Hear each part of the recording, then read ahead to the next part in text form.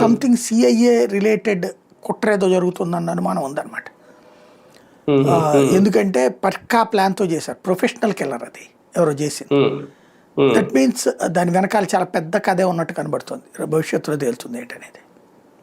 అంటే ఒకవేళ ఇప్పుడు వీళ్ళ ప్రభుత్వం ఉంది కాబట్టి దీని మీద విచారణ చేసి ఏంటనేది తేల్చాలి త్వరగా. అంతే, అది ఇప్పుడు చెప్తారు చూడాలి.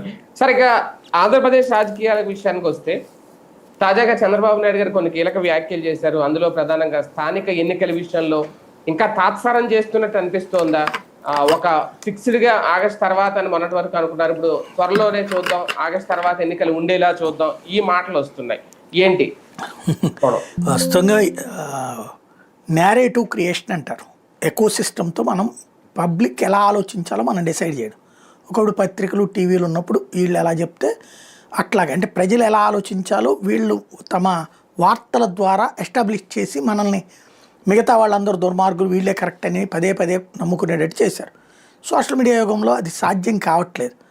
అయినా సరే సోషల్ మీడియాను కూడా అట్లాగే వాడుకుంటారు బాబు గారు. ఇప్పుడు ఒక మాటని పదే పదే అంటున్నప్పుడు జరిగేటటువంటి ప్రక్రియ అది.